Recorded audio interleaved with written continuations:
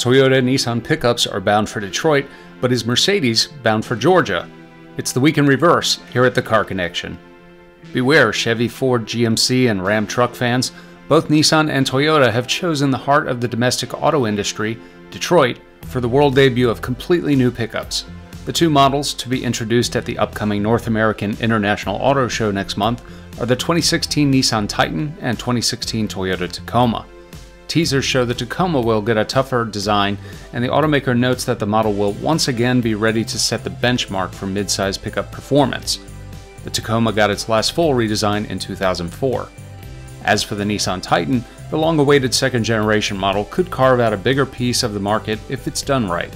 For the first time, the Titan will offer an available diesel engine, a 5-liter turbo diesel V8 that will produce more than 300 horsepower and approximately 550 pound-feet of torque. Follow our Detroit Show coverage of both reveals in January. Meanwhile, a new study finds that opting for the fuel-efficient diesel version of some cars or trucks could save you a lot of money. Or not at all.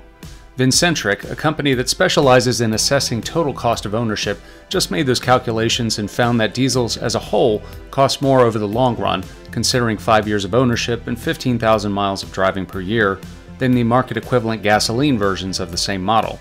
The firm found just 11 models for which the cost of ownership was lower compared to the gasoline counterpart. They include the Mercedes GL Class, the BMW 3 Series and X5, and the Mercedes E-Class and GLK. Toyota is recalling more than 5,000 Camry and Avalon vehicles from the 2014 model year.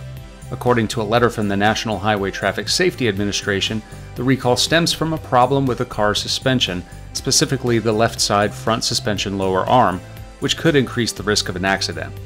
Should the arm separate from that joint, it could make it harder for the vehicle to maintain control, increasing the risk of a collision. All told, the recall affects roughly 5,650 vehicles registered in the U.S.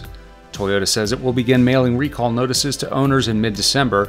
After receiving that notice, owners can take their vehicles to a Toyota dealer who will replace the left side lower arm at no charge. This week in technology, Jaguar Land Rover is testing something called the 360 Virtual Urban Windscreen. Essentially, it's a souped-up heads-up display that wraps that display around the vehicle's pillars. That allows the driver to see pedestrians and other vehicles approaching from the left and right. Taking a cue from video games, Jaguar is also testing warning markers that appear on the head-up display, highlighting pedestrians, vehicles, and other obstacles. And when using navigation to reach a particular destination, a fuzzy ghost car could be projected on the car's head-up display, which the driver would then follow. That could make finding point B and a parking spot much easier. According to Jaguar Land Rover, the goal is to reduce accidents and make driving safer and simpler, especially in crowded urban areas. And finally this week, the auto industry's march south could be picking up more steam. According to the Atlanta Business Chronicle, Mercedes is looking to pack up its U.S. headquarters in New Jersey and head south, possibly to Atlanta, Georgia. The move wouldn't be that surprising. Atlanta could be a good match for Mercedes because the company already has a large manufacturing facility a few hours away in Tuscaloosa, Alabama. Atlanta would be attractive to the 800-plus white-collar workers that Mercedes would need to employ, and it would offer cosmopolitan amenities like cultural events, an international airport, and a lower cost of living than New Jersey.